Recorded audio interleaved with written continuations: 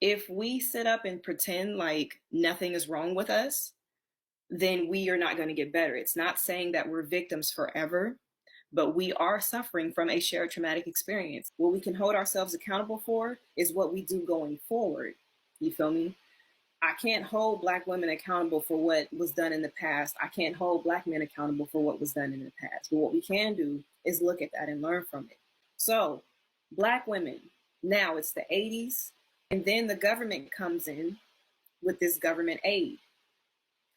And as a woman who's not able to bask in her femininity when she's worried, she might be there alone raising children. So what is she going to do?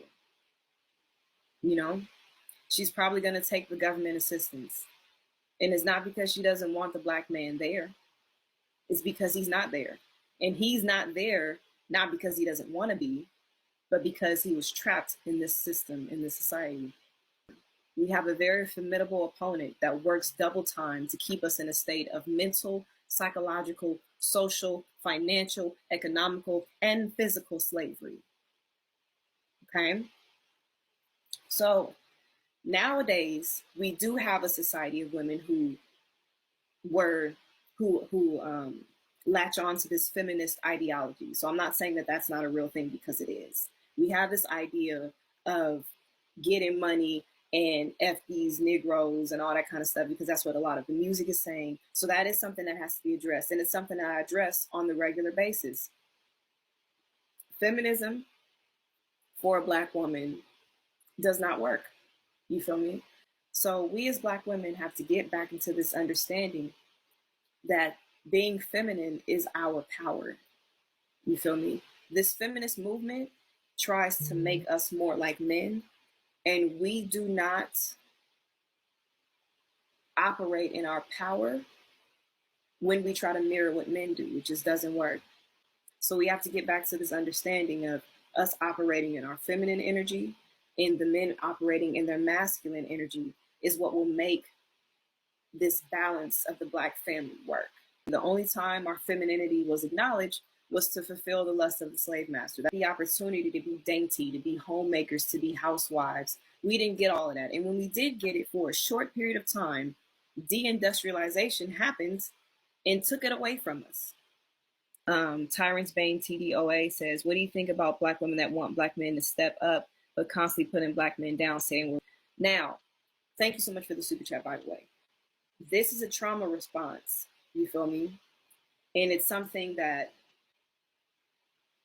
experience and generalizations has taught a lot of our women. Not only that, but negative portrayals in the media.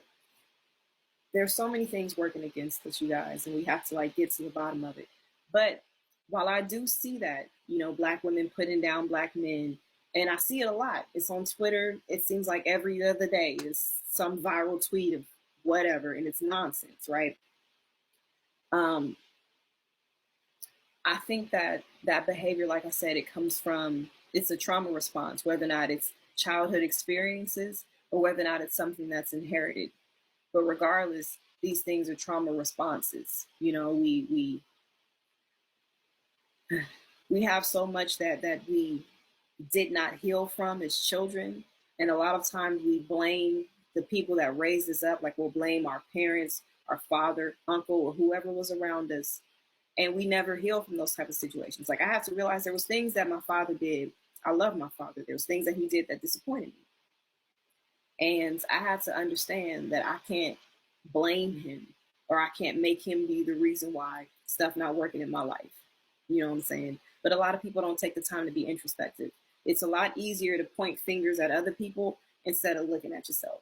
So that's what I think about that. I feel like Black women who put down Black men, who say that you guys are worthless or weak, pathetic, have a lot of internalized problems, self-hate, and issues and trauma that they're dealing with that they need to address. That's honestly what I think about that. And I think either way, Black men or Black women should not, we shouldn't put each other down. Because like I said, we're suffering from a shared traumatic experience that neither of us are responsible for. You have slavery that happened that like I said, we never really dissected what went on during that. You feel me? In the 50s and the 60s, we were still separate. Segregation was still a thing. So Black men and Black women had to work together, because where else could they go? If we do have these high paying jobs, or we're getting these degrees, or whatever the case may be, we cannot make us believe that these things will make our substitution for a man, is what I'm saying. We get these accomplishments, and these accomplishments are nice. It's nice. You got your own place, you got your own vehicle, you got your degree, you got your own spot, you got all this other kind of stuff. But that does not make you equivalent to a man, and that's not a substitution for a man, you know, regardless of what we've been told, regardless of what the music pushes, because our music, especially now, what the music talks about, especially if you're a female rapper, is about how good your box is, or how much you stunt, and you don't need these men. You feel me? We don't need these men because we flossy, we got money, blah, blah, blah. And that is a narrative that we have to understand is detrimental. There's a reason why the mass media is so okay with pushing that kind of message. You know, there's a reason why. Because it's more profitable when we're separated. If I'm living in a place and I'm living there with my man, and we both split all the bills or whatever. I mean, if we're not splitting bills, if he's paying, whatever. If we're both contributing to the household, is the point that I'm making. If we're both contributing to the household, then that's saving both of us money, right?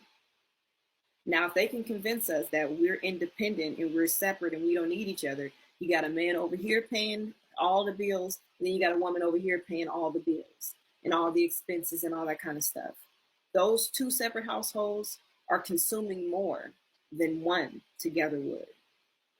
So you guys have to understand, they don't want us to be together. First of all, when we come together, it's divine, it's godly. I'm not saying that cooking and cleaning is the essence of femininity, but I'm just saying that these are the traditional roles that's associated with it. And we've been brainwashed into thinking that these things are weak when they're not. They're incredibly important, and they're incredibly powerful. The majority of our people are dying from heart disease and high blood pressure. The reason to this day that I don't be sick and sickly and coughing and mucusy and messed up all the time is because my mama cooked home cooked meals. I ate real food growing up consistently. We didn't eat out. We didn't go to fast foods. We didn't eat Jack in the Box and McDonald's and all that. We didn't eat none of that.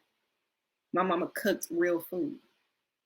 That's the reason why I'm 30 years old and look like I'm in my 20s. 31 to be exact. Look like I'm in my 20s. Hey,